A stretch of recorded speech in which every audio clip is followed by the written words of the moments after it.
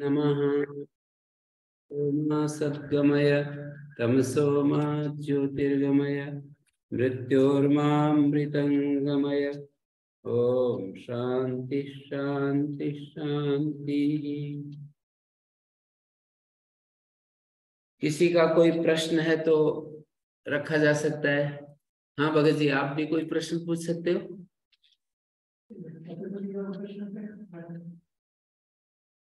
क्या बोल रहे हैं? क्या बोल रहे हैं? अभी तो पतंजलि योग प्रश्न है इस पे, या महाराज अभी तो पढ़ाया है। किसी पर प्रश्न करो, किसी पर भी, जो भी आपकी मर्जी है उसमें प्रश्न कर सकते हैं। बैठ जाओ। ये महाराज अभी तो आपने बताया कि अपने आप को खींच लेना चाहिए और अनासक्त होकर के जीना चाहिए जी। तो इसमें और कर्तव्य के रूप में जितना नहीं खींच सकते उसके बीच में कोई कर्तव्य और कर्तव्य के लिए मना नहीं है। खींचने के बाद ही कर्तव्य सही पूरा होता है। खींचना अपने को और हमारा सहयोग ले, उसका सहयोग करो, यही तो कर्तव्य है। सहयोग नहीं ले रहा है तो वह कर्तव्य तो खत्म हो गया।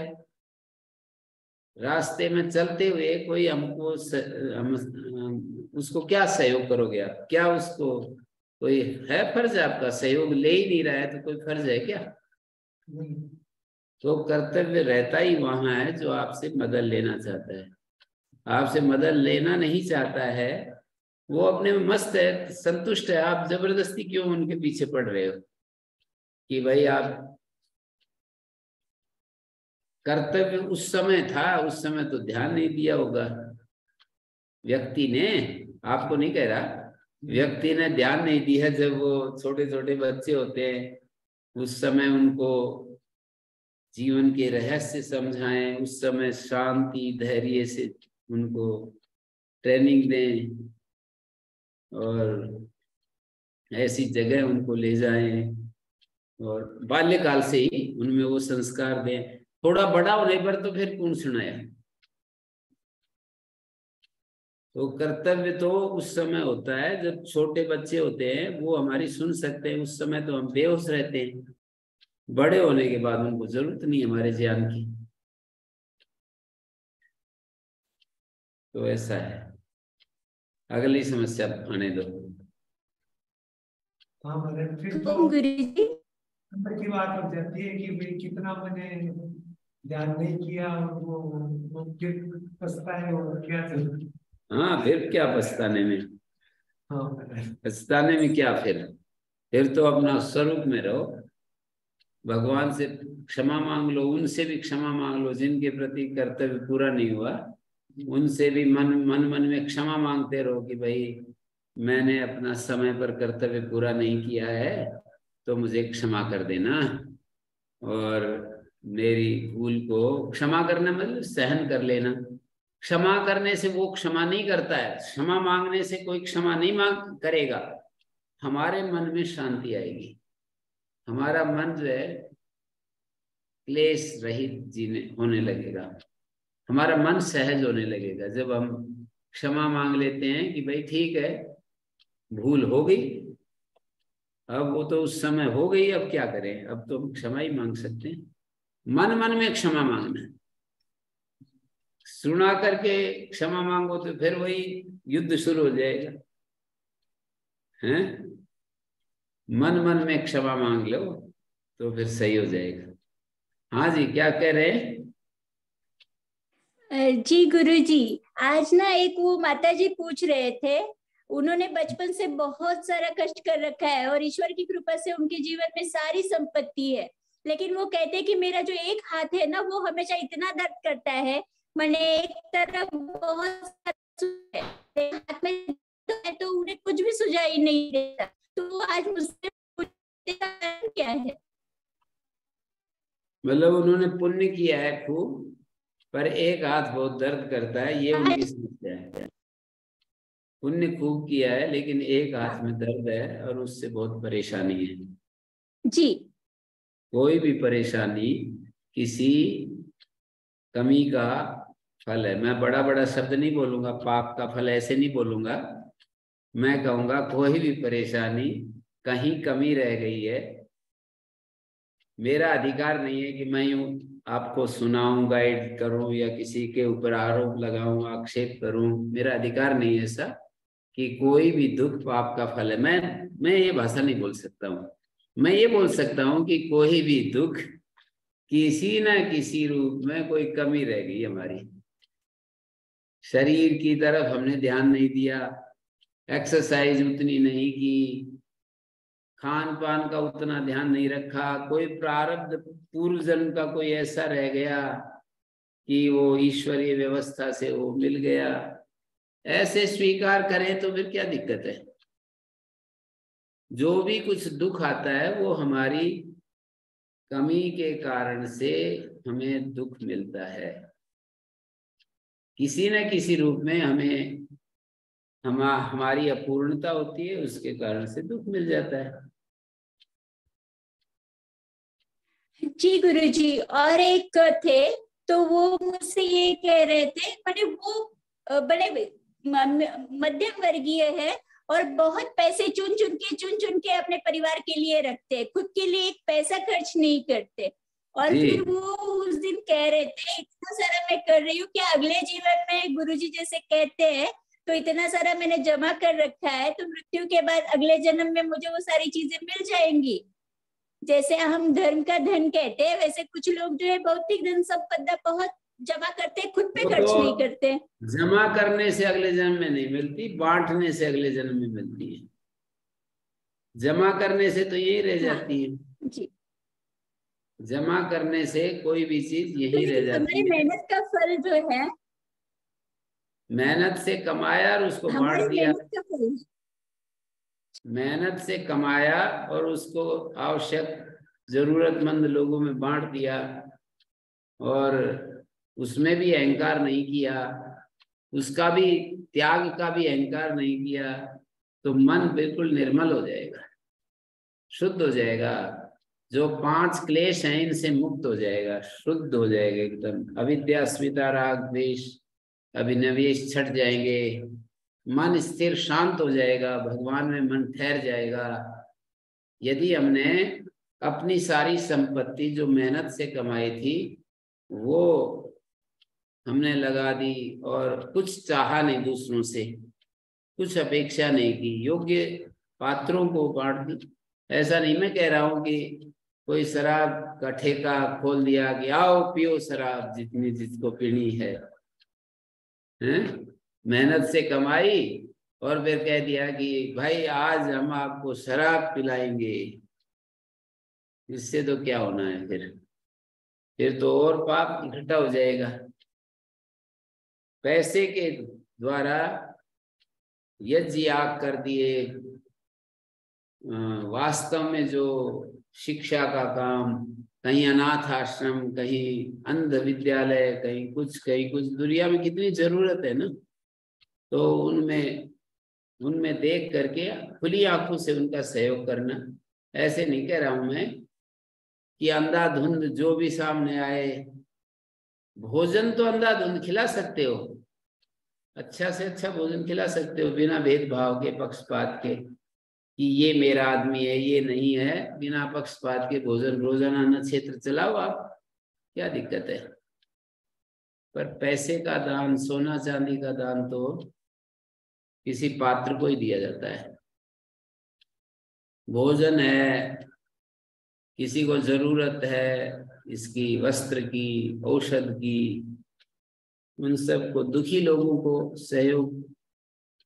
आप कहें, कोई ये कहे कि जी वो दुखी क्यों है, अपना कमाया क्यों नहीं उसने, क्यों दुखी है, तो ये तो ठीक है, कमाएगा तो उसके पास अभाव क्यों रहेगा। लेकिन वो भी दया के पात्र होते हैं इस दुनिया में। भगवान जो है, भगवान की सृष्टि में भगवान ने उनको जिंदा रखा हुआ है, वो इतने ज्यादा अस्त व्यस्त है फिर भी भगवान उनका सांस बंद नहीं करता। नहीं तो सर्वसमर्थ भगवान कह दे कि तू, तेरे को सांस नहीं लेने दूंगा, हाँ तो आ रहा है उसको आराम से, तो ऐसा है। हाँ जी जी बोलिए। जी, धन्यवाद गुरु जी।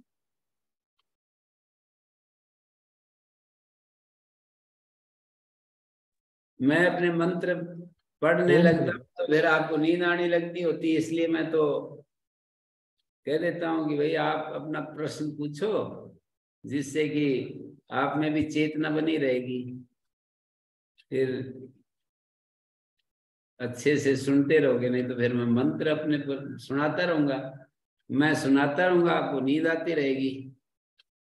हाँ जी ओम गुरु जी। योगराज जी बोलो, बोलो कोई प्रश्न।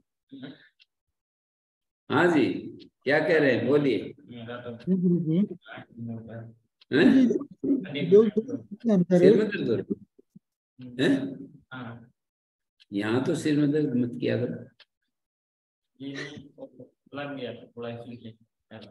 लग गया आज, सावधान होकर चला करो। वो उसको भी धन्यवाद दो, ठोकर को जो माथे में लगा ना, धन्यवाद है तुम्हें कि मुझे जगा दिया, सचेत कर दिया कि आगे मैं सावधान होकर के चलूं। है सुबह अनुलोम विलोम करो, हैं? सुबह अनुलोम विलोम करो तो सरकार ठीक हो जाएगी। हाँ जी बोलिए। ओम गुरु जी। तो जी योग गुरु जी जीवात्मा चित्त के द्वारा स्मरण करती है कि चित्त जीवात्मा की प्रेजेंस में स्मरण करता है? कुछ क्या उसका कुछ नहीं है? क्या कह रहे थे, आवाज थोड़ी कट रही थी। जी गुरु जी, मैं ये कह रहा था योग दर्शन में हाँ चित्त जीवात्मा के सानिध्य में स्मरण करता है या जीवात्मा चित्त के द्वारा स्मरण करती है? दोनों ही ठीक हैं, जो समझ में आ जाए वही ठीक है। जीवात्मा स्मरण कर रहा है चित्त के द्वारा, ये भी ठीक है, और चित्त स्मरण कर रहा है जीवात्मा की सन्निधि में, ये भी ठीक है। जी मैं तो वही जानना चाह रहा था, योग दर्शन कैसे देखता है गुरु जी उस चीज को? योग दर्शन सांख्य और योग तो एक ही चीज है ना, तो यहाँ तो बुद्धि सब कुछ कर रही है बस आत्मा की उपस्थिति में। वो तार्किकों की प्रणाली है कि जीवात्मा ही सब कुछ कर रहा है चित्त के सानिध्य से, चित्त के साधन भूत होने से, चित्त के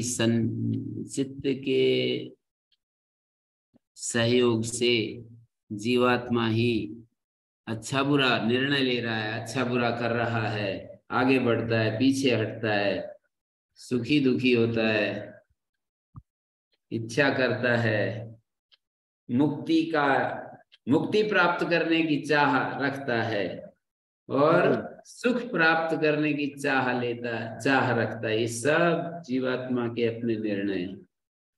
जैसा उसके पास ज्ञान है, जैसा संस्कार है, उनके आधार पर जीवात्मा निर्णय लेता है। जीवात्मा के पास ज्ञान संस्कार होते, उसके आधार पर निर्णय लेता है। ये तार्किकों की दृष्टि है। तार्किकों के सांख्य योग की दृष्टि है कि मतलब आत्मा की सन्निधि में, आत्मा की उपस्थिति में बुद्धि ही सब कुछ कर रही है। बुद्धि में ही सुख दुख हो रहा है, बुद्धि में ही भोग है, बुद्धि में ही संस्कार है, बुद्धि में इच्छाएं हैं, बुद्धि में निर्णय है। बुद्धि ही आगे पीछे बढ़ती है, जहां देखती है कि यहाँ लाभ होगा वहां आगे बढ़ जाती है, जहां देखती है कि यहाँ घाटा रहेगा तो पीछे हट जाती है। आत्मा की सन्निधि में बुद्धि ही सब कुछ कर रही है। बुद्धि ही बंधन में है, बुद्धि मुक्त होगी। आत्मा को कुछ नहीं करना है, आत्मा तो कुछ नहीं कर रहा है, ना बंधन में है ना मुक्त होने की बात है। बुद्धि मुक्त हो गई तो आत्मा मुक्त हो गया, बुद्धि बंधन में है तो आत्मा भी बंधन में है। तो आप गुरुजी कहते हैं तार्किकों की दृष्टि में, तार्किकों इससे क्या, कौन से मतलब कौन से शास्त्र दर्शन तार्किक, न्याय वैशेषिक, न्याय वैशेषिक, न्याय वैशेषिक, जी जी जी जी जी जी गुरुजी। तार्किक न्याय वैशेषिक वालों को कहते हैं। नैयायिकों को तार्किक कहते हैं विशेष रूप से, वैशेषिक भी उनके साथ सहमत हैं। वहां सूत्र है एक वैशेषिक का, आत्म मनसा संयोग विशेषात आत्म प्रत्यक्षम। आत्मा और मन के संयोग विशेष से आत्मा का प्रत्यक्ष होता है, और आत्मा मन और विषय, आत्मा मन इंद्रियां और विषय के संयोग विशेष से सुख दुख का प्रत्यक्ष होता है। आत्मा और मन इन दोनों के संयोग विशेष से आत्मा का प्रत्यक्ष होता है। तो ऐसे जो सूत्र है उन्हीं से हम निष्कर्ष निकाल रहे हैं कि उनकी क्या दृष्टि है। आत्मा और मन के संयोग विशेष से आत्म प्रत्यक्ष, ऐसा सूत्र है। आत्म मनसा संयोग विशेषात, लिख भी सकते हो, आत्म मनसा संयोग विशेषात आत्म प्रत्यक्षम। और आत्मा मन इंद्रियां और विषय इन चारों के संयोग में सुख दुख का प्रत्यक्ष होता है। आत्मा मन से, मन इंद्रियों से, अलग से बुद्धि नाम का यंत्र नहीं है, वहां मन ही है सब कुछ, जो कुछ है। आत्मा मन, मन इंद्रियों से, इंद्रियां बुद्धि से, न इससे विषय से संयुक्त होती हैं, इंद्रियां विषय से संयुक्त होती हैं, तो सुख दुख का बोध होता है। एक जगह आत्मा में ही सारे जो 9 गुण हैं, 9 गुण वो आत्मा में दिखाए गए हैं। दूसरे दर्शन में बुद्धि में वे 9 गुण दिखाए हैं। आत्मा की उपस्थिति में बुद्धि में वे 9 गुण रहते हैं। आत्मा तो सदा बुद्धि के साथ है ना। यूं कहा है कि बुद्धि तो बदलती रहती है, आत्मा का विषय बदलता नहीं। आत्मा तो बुद्धि को देखती रहती है, बिल्कुल। बुद्धि के विषय तो बदल देते हैं। सांख्य योग की भाषा में बुद्धि के विषय बदलते रहते हैं। बुद्धि कभी घट को देखती है, कभी पट को देखती है, कभी खंबे को, कभी वृक्ष को, कभी गाय को। सुबह से शाम तक अलग अलग विषय बदलते रहते हैं बुद्धि के। कभी नहीं भी देखती। हाँ, कभी नहीं भी देखती। निद्रा में कहाँ देख रही है, कुछ नहीं देख रही। तो बुद्धि के विषय बदलते रहते हैं। तरह तरह के विषय बुद्धि में आते हैं, उनको देख रही है बुद्धि, नहीं भी देख रही है। सही गलत निर्णय बुद्धि ले रही है। जिनमें परिणाम में सुख आएगा वो बुद्धि निर्णय लेती है। परिणाम में जहां दुख आएगा बुद्धि निर्णय लेती है। मतलब तात्कालिक रूप से सुख लेने के लिए जुट गई, परिणाम में दुख मिलेगा। अभी उसकी बुद्धि को सुख दिख रहा है कि मेरे को बड़ा सुख मिलेगा, ये शराब पी लूंगा, विषय सुख सेवन करूंगा, बड़ा सुख मिलेगा, परिणाम में दुख आएगा। बुद्धि ठीक देख नहीं रही ना, तो फिर उसको जिसने गलत देखा तो उसको दंड मिलेगा, सही देखा तो पुरस्कार मिलेगा। ये सब बुद्धि, आत्मा की सन्निधि में बुद्धि में बंधन है, बुद्धि में अपवर्ग है। ग्रहण धारण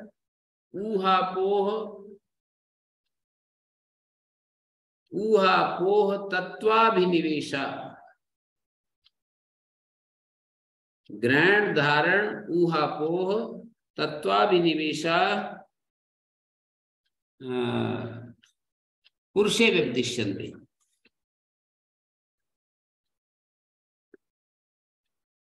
साधन पाद का 19 नंबर सूत्र है।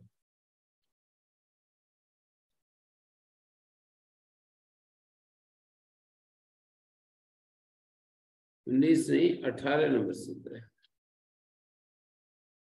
18 नंबर सूत्र।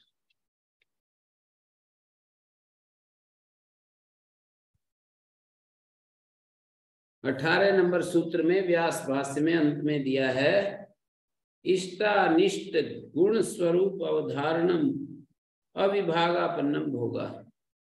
इष्ट अनिष्ट गुण स्वरूप का अवधारण अविभागापन्न भोग है। भोक्तु स्वरूप अवधारणम अपवर्ग। भोक्ता के स्वरूप का अवधारण करना अपवर्ग है। इष्ट अनिष्ट गुण स्वरूप का कुछ गुण जो होते हैं सत्वरजतम, और सत्वरजतम से बना हुआ जो ये जगत है, संसार है, दृश्य है, इसमें कुछ इष्ट विषय होता है, कुछ अनिष्ट विषय होता है। जैसे किसी की हम दोष देखते हैं, किसी के प्रति शिकायत, ये शिकायत होती है। किसी का चर्चा करते समय उसका जो अपव्यवहार है वो हमारी मन में आता है, जबान में आता है, तो शिकायत ही होती है। सीधा सा अर्थ होता है शिकायत। जैसे किसी स्वामी जी की कोई चर्चा करेगी, ये स्वामी जी हमारे एक रहते हैं पास में, और वो ये करते हैं, वो करते हैं, उनको महत्व देते हैं, इनको महत्व, ये सब शिकायत होती है। उनके गलत कामों की जो चर्चा है वो शिकायत होती है, चाहे पीछे करो चाहे उसके सामने करो। तो शिकायत मन में तो आ सकती है, पर जबान में आने से रोक लगा देनी चाहिए, मुंह में नहीं आनी चाहिए।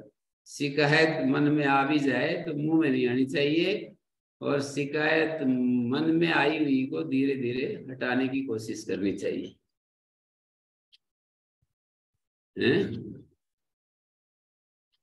क्षमा के कर्म में फिर अपने आप को भी क्षमा, अपने आप को भी करना चाहिए।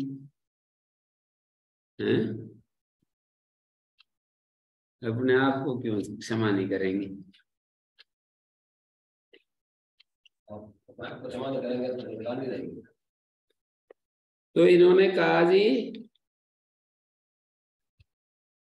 कि भोक्ता के स्वरूप का अवधारण, मानी जो जीवात्मा के स्वरूप का अवधारण जो है वो अपवर्ग है, और दृश्य इष्टानिष्ट गुण स्वरूप का अवधारण सुख दुख का अवधारण भोग है। इष्टानिष्ट गुण स्वरूप अवधारण अविभागापन्नम भोगा, और वो आत्मा के साथ अविभक्त रूप से दिखाई देते हैं कि मैं सुखी, मैं दुखी, ऐसा दिखाई देता है।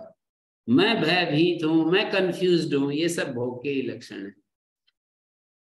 मैंने बड़ा सताया लोगों को, मैंने बड़ा दुख दिया है, ये सारे भोग के रूप है। उसने मेरे को बहुत दुख दिया, ये भी भोग ही है। मैंने अपने को बड़ा दुख दिया, ये भी भोग है। उसने उसने उसने मेरे को बड़ा दुख दिया, ये भी भोग है। तो गुण स्वरूप का उदाहरण भोग और दृष्टा के स्वरूप का उदाहरण अपवर्ग। द्वयोर अतिरिक्त अन्य दर्शन मास्ति, इन दो बातों से अलग कोई और दर्शन है नहीं। अयम तु खलु त्रिषु गुणेषु कर्तृषु अकर्तृ च पुरुषे, एक संख पंचशिखाचार्य का वचन दिया है यहाँ पर इसी साधन पाद के 18 नंबर सूत्र में। अयम तु खलु त्रिषु गुणेषु कर्तृषु, तीन गुण करता है, सत्व रज तम, ये तीन गुण जो बुद्धि में रहते हैं, बुद्धि त्रिगुणात्मक है, ये तीन गुण ही करता है। अकर्तृ च पुरुषे, और पुरुष बिल्कुल साफ बरी हो, बरी रहता है वो, तो अकर्ता है वो।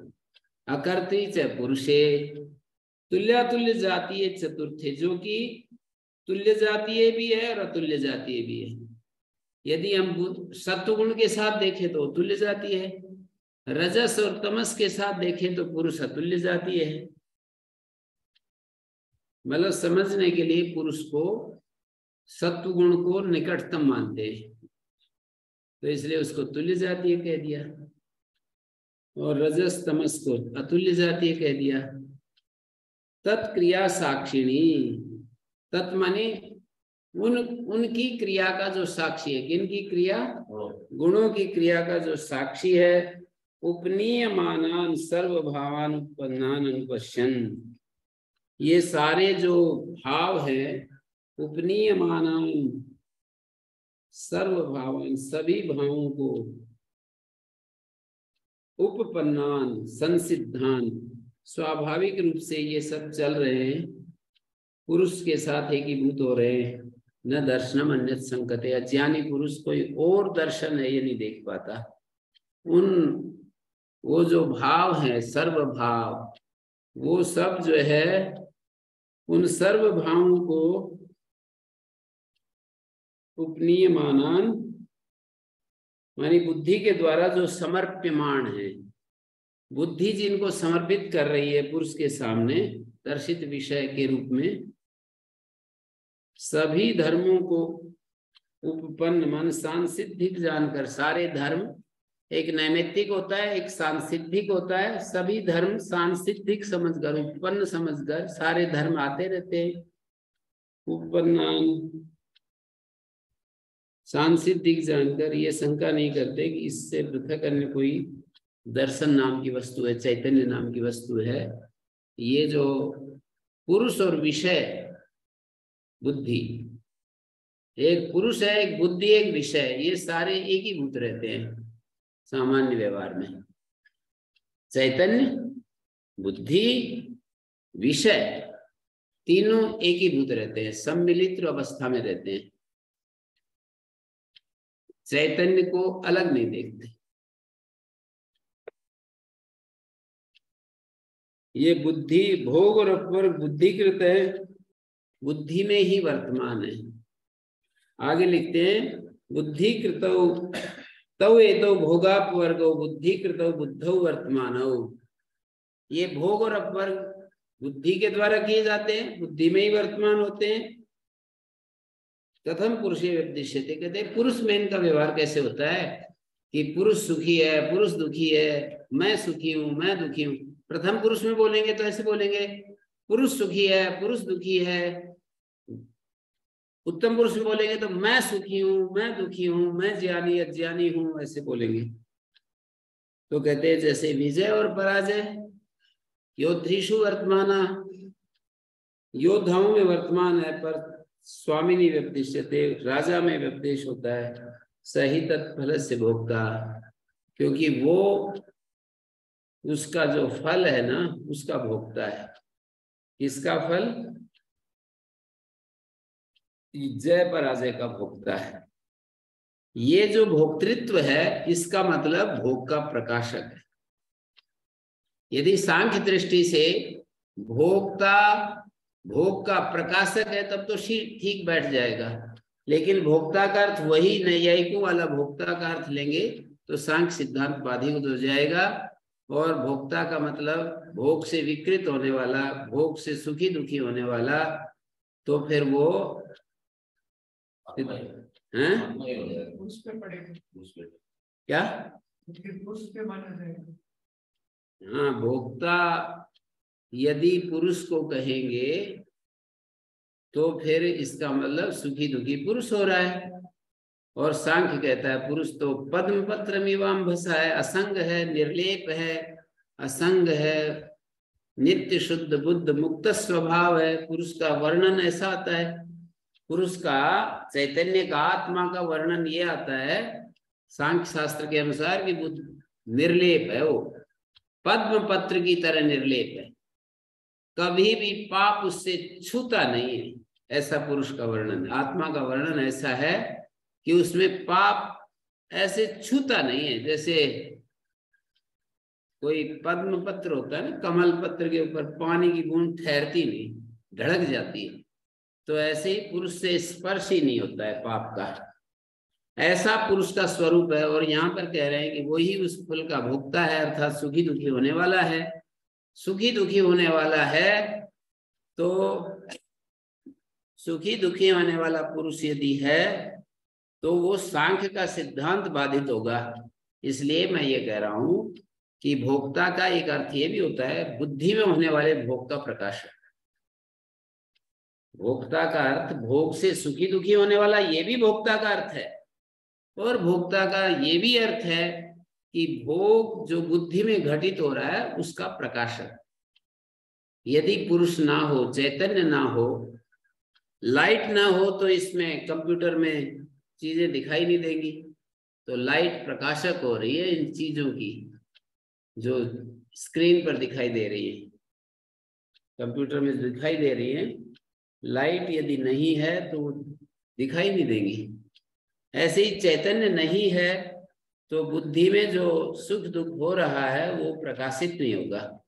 इसलिए कहा है गीता में, पुरुषा सुख दुखा नाम भोक्तृत्व हेतु रुच्यते।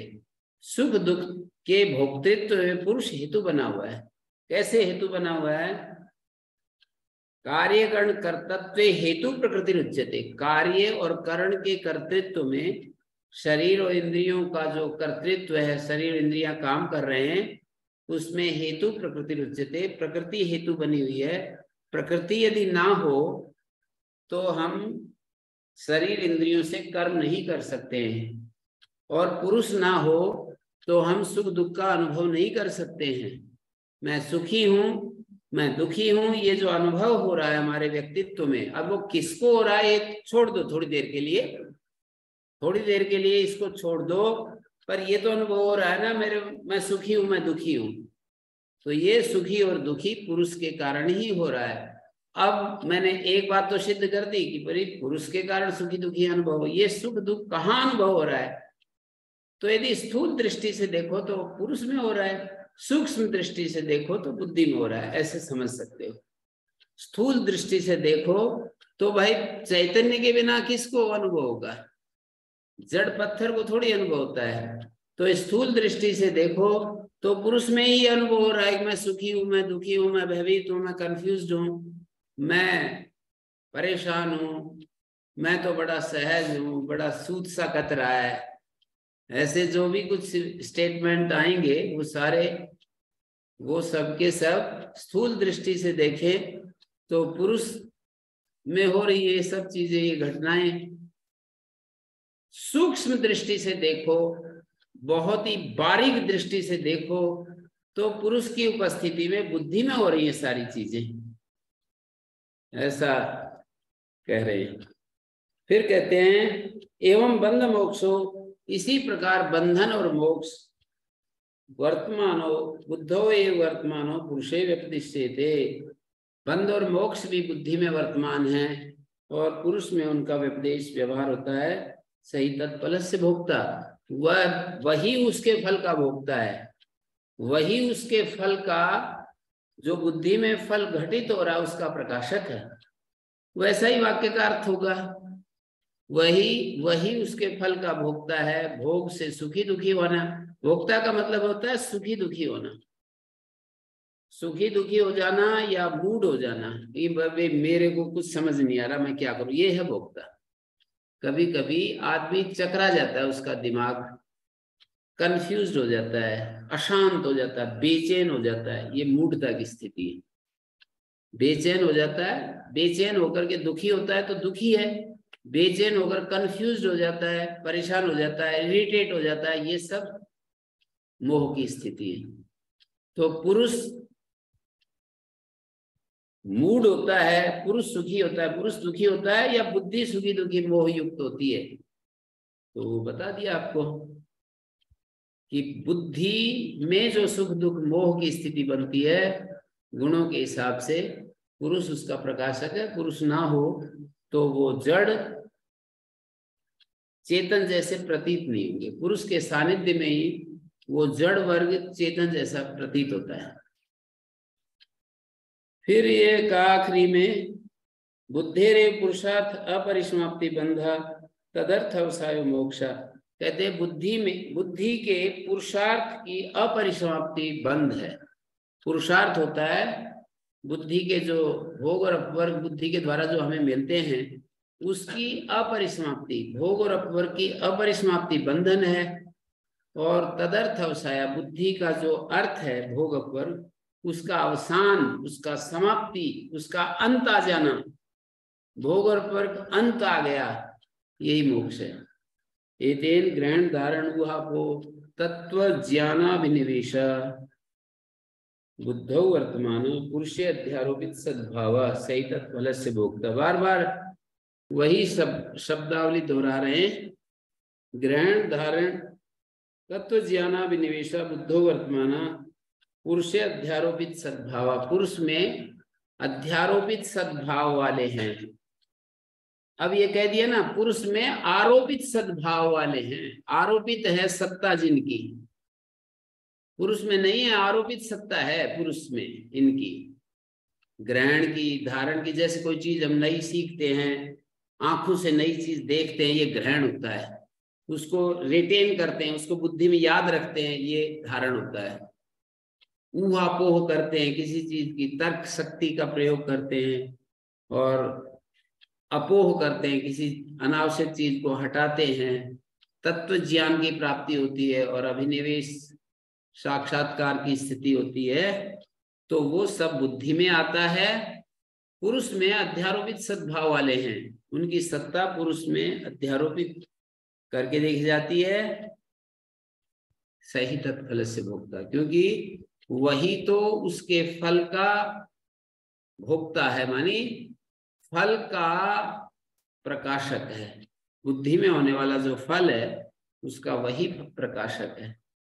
भोक्ता का मतलब यदि भोग से सुखी दुखी होने वाला, ये सांख्य की दृष्टि के विपरीत है।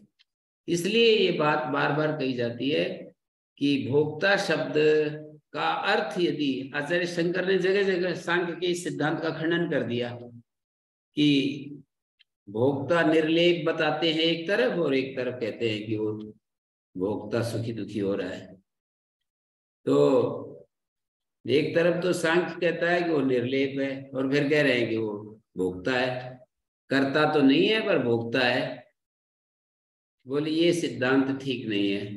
फिर अनुमोदन भी कर दिए, यदि वे ये मानते हैं, ऐसे करके आचार्य शंकर कहते हैं यदि वे सांख्याचार्य ये मानते हैं कि बुद्धि में होने वाले भोग का पुरुष प्रकाशक है, तो कोई दिक्कत नहीं है, फिर तो ठीक है।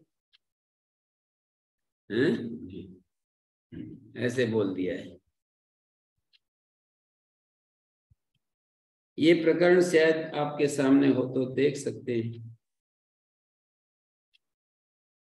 3 बार सही तत्फल से भोक्ता, सही तत्फल से भोक्ता, ऐसे बोल दिए।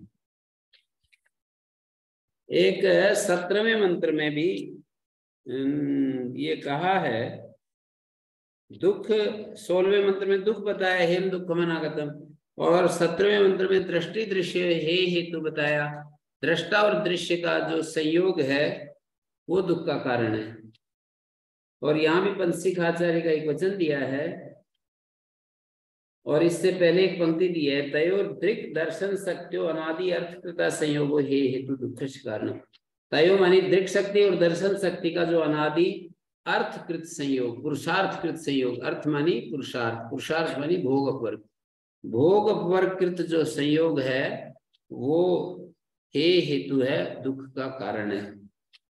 दृष्टा बुद्धि प्रतिसंवेदी, दृष्टा जो है बुद्धि का प्रतिसंवेदी पुरुष है। बुद्धि में जो ज्ञान आता है वो दृष्टा उसका प्रतिसंवेदी है, रिफ्लेक्टर है, ये मतलब है। इसका अंग्रेजी ट्रांसलेशन करें तो दृष्टा रिफ्लेक्टर है, और उसमें जो रिफ्लेक्शन है, दृष्टा रिफ्लेक्टर बनता है। बुद्धि में जो भी आता है उस रिफ्लेक्टर से टकराकर, और एक प्रतीति होती है उधर, रिफ्लेक्टर से टकरा करके हमको एक प्रतीति होती है।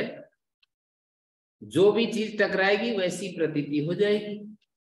रिफ्लेक्टर से कोई चीज टकराएगी तो जैसे मेरा चेहरा टकराए, मेरा शरीर, मेरी बॉडी टकराएगी तो मैं मेरा बोध होगा वहां रिफ्लेक्टर दर्पण में, और कोई हाथी आएगा तो हाथी दिख जाएगा, कोई पहाड़ आएगा तो पहाड़ दिख जाएगा। तो आत्मा रिफ्लेक्टर है, बुद्धि का रिफ्लेक्टर है। बुद्धि से टकरा करके बुद्धि में वो चीजें प्रकट होती है। आत्मा रिफ्लेक्टर है और बुद्धि बिंब कहना चाहिए। बुद्धि में वो सारे चित्रावलियां आती हैं और उनका संवेदन पुरुष में हो जाता है। संवेदन का, यहाँ भी प्रतिसंवेदी का मतलब उस संवेदन से यदि पहले वो संवेदन नहीं था, बाद में वो संवेदन हो गया, ऐसा यदि संवेदन का अर्थ है तो वही सांख्य सिद्धांत की हानि होगी। इसलिए प्रतिसंवेदी का अर्थ है प्रतिसंवेदन का हेतु।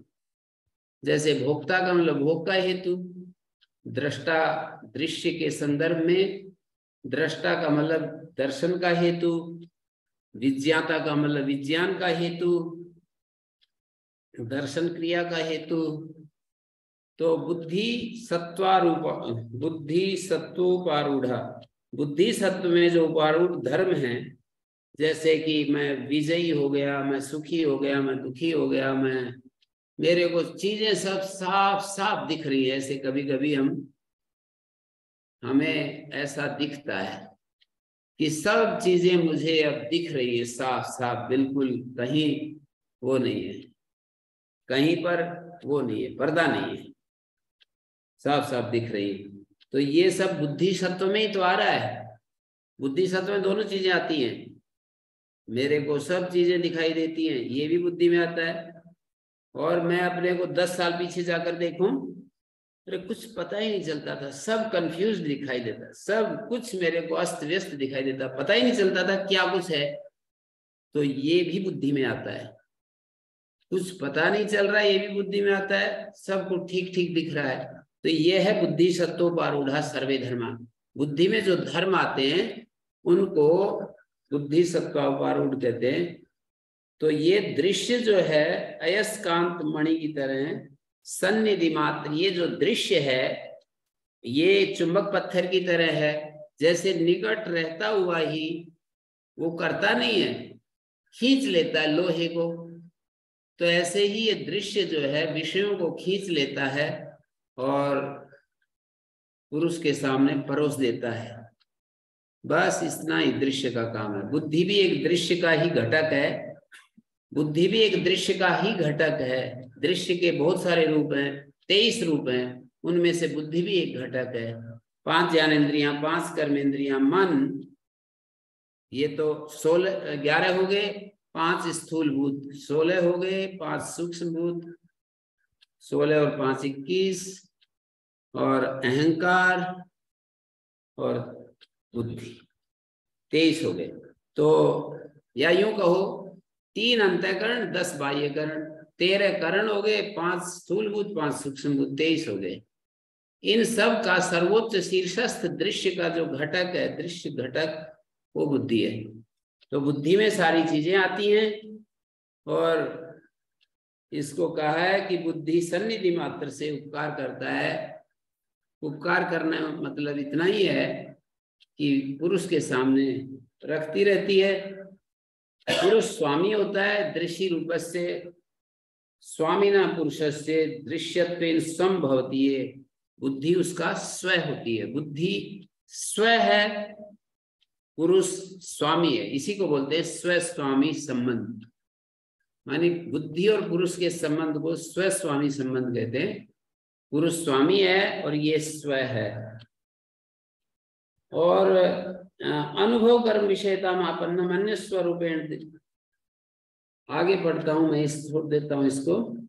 तत्संयोग हेतु विवर्जनात् स्यादे में आत्यंतिको प्रतिकारा। संयोग का जो हेतु है अविद्या, संयोग का कारण अविद्या को हटा देने से आत्यंतिक दुख का प्रतिकार हो सकता है। तत्संयोग बुद्धि के साथ पुरुष संयोग का हेतु यानी अज्ञान अविद्या, उसका विशेष रूप से वर्जन कर दें। बुद्धि के साथ पुरुष संयोग का जो हेतु है ना, पुरुष संयोग का हेतु अज्ञान होता है। बुद्धि और पुरुष के संयोग का हेतु अज्ञान होता है, विवेक होता है। सारे शास्त्रों में ऐसा ही कहा है। अविवेकात् तद योगोपि अविवेकात् न समानत्वम, सांख्य सूत्र है। नियत कारणात् तद उच्छितिर ध्वांतवत्, सांख्य सूत्र है। नियत कारण से उसकी उच्छिति हो जाती है। फिर यहाँ पर तापक और तप्य भाव की बात कही है। मतलब जैसे हमारा पैर का तलवा भेद्य होता है, कांटा जो होता है भेदता होता है, चुभने वाला होता है, और परिहार दो हैं, या तो कांटे को पैर के ऊपर, कांटे कंटकस्पादन अधिष्ठानम, कांटे से बचा लो अपने पैर को, और कांटे के ऊपर पैर रखना है तो विवेक ख्याति रूपी कवच धारण करके कांटे के ऊपर जाओ। संसार को कांटा कह रहे हैं, कांटे के ऊपर पैर टिकेंगे तो छिदेगा, जूते हैं मजबूत तो फिर कहां छिदेगा, खड़ाऊ पहन करके जाएंगे कहां, क्या करेंगे वो। तो इस तरह से तीन बातें दिखाई। इस तत्व को जो जानता है वो दुख नहीं मिलेगा उसको। मतलब ये हुआ, आगे दिखाते हैं कि भाई कांटा तो है रजोगुण, और जिसमें ये चुभता है वो सत्वगुण। आत्मा को नहीं बताया, जिसमें चुभता है वो है सत्वगुण। सत्वगुण में कांटा चुभता है। अब यहाँ पर तपी क्रिया जो होती है कर्मस्थ होती है, मतलब पुरुष जो अपरिणामी निष्क्रिय क्षेत्रज्ञ है उसमें कोई तपी क्रिया नहीं होती है, लेकिन प्रतीति ऐसी होती है कि पुरुष भी तप्त हो रहा है, पुरुष भी सुखी दुखी हो रहा है वृत्ति सारूप्य के कारण। तो ये इन्होंने कहा तापकस रजसा सत्व में तप्यम, सत्व जो है उसका तप्त है, पुरुष तो निर्विकार साक्षी है। तो या तो रजोगुण, या तो इतना बड़ा हम सत्व गुण का जूता पहन करके रजोगुण के पास जाएं कि रजोगुण स्वयं ही चूर चूर हो जाए, या फिर भाई रजोगुण से बच करके निकले। दो ही बातें। हाँ जी, अब मैं समाप्त कर रहा हूं, किसी का कोई प्रश्न है तो पूछ सकते हैं।